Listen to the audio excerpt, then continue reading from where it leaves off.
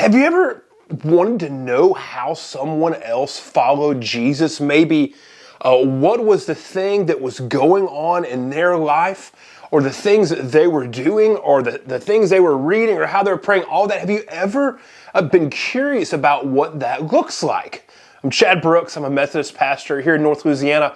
And normally I talk about Bibles, but today I want to talk about one of my other favorite parts of my own private devotional life, and that's reading biographies of spiritual giants. Last week, I finished the new authorized biography of Eugene Peterson, Burning in My Bones.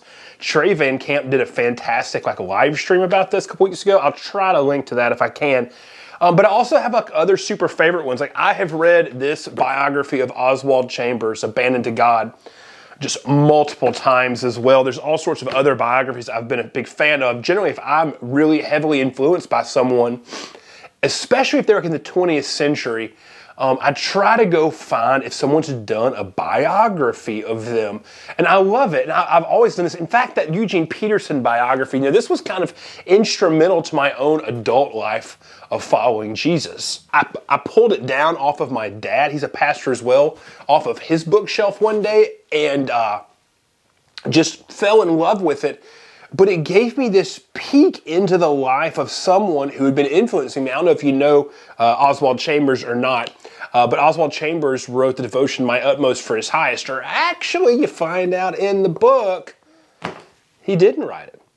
He talked it. His wife made notes on every single thing he taught, and then she compiled it after his death. So that's one of the kind of fun things you find out about in these spiritual biographies is just the backside of their life. And there's three things that I love and why I just find so much life in reading these things. That's what I want to share with you today. So 3 things that I learned from reading spiritual biographies. Number 1, they're normal people. I have never read a spiritual biography and not been comforted to see their own struggles, to see where they had hard times with things, where things might not have been the best for them, where they have had to grow closer, where their own dark seasons were, all of these sorts of things.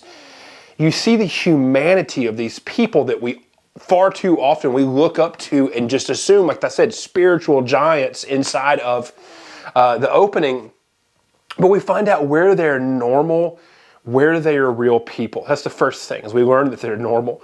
The second thing is we learn how they meet with God, and we see their own spiritual development, and we see just the inner workings, and all this happens in a way to inspire us. That's what I love about reading these. I go back, I know I keep talking about this. I read this at least once a year because it's almost like this fast track to bring me into the presence of God in a new way.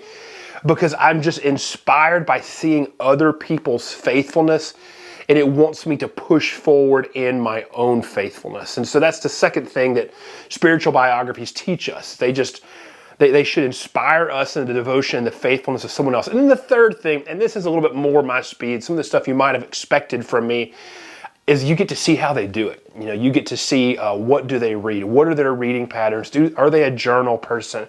Are they a scripture person or a prayer or vice versa? All these sorts of things. You get to just see the underside of who they are. I've read a couple of, not underside, but you know what I mean.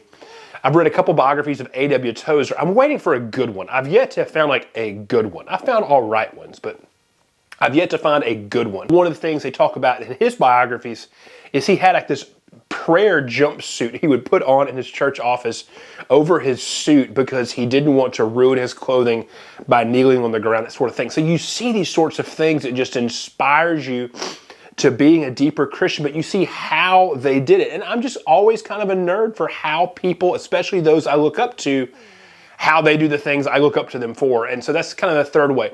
So what I would love to hear from you is inside of the comments, drop in what spiritual biographies that you have found to be inspiring, have helped your devotional life, and have helped you grow closer to Jesus. So if you like content like this, do me a favor, just hit that subscribe button, hit the notification bell, and just let me know what's going on. What spiritual biographies do you love? Put them in the comments.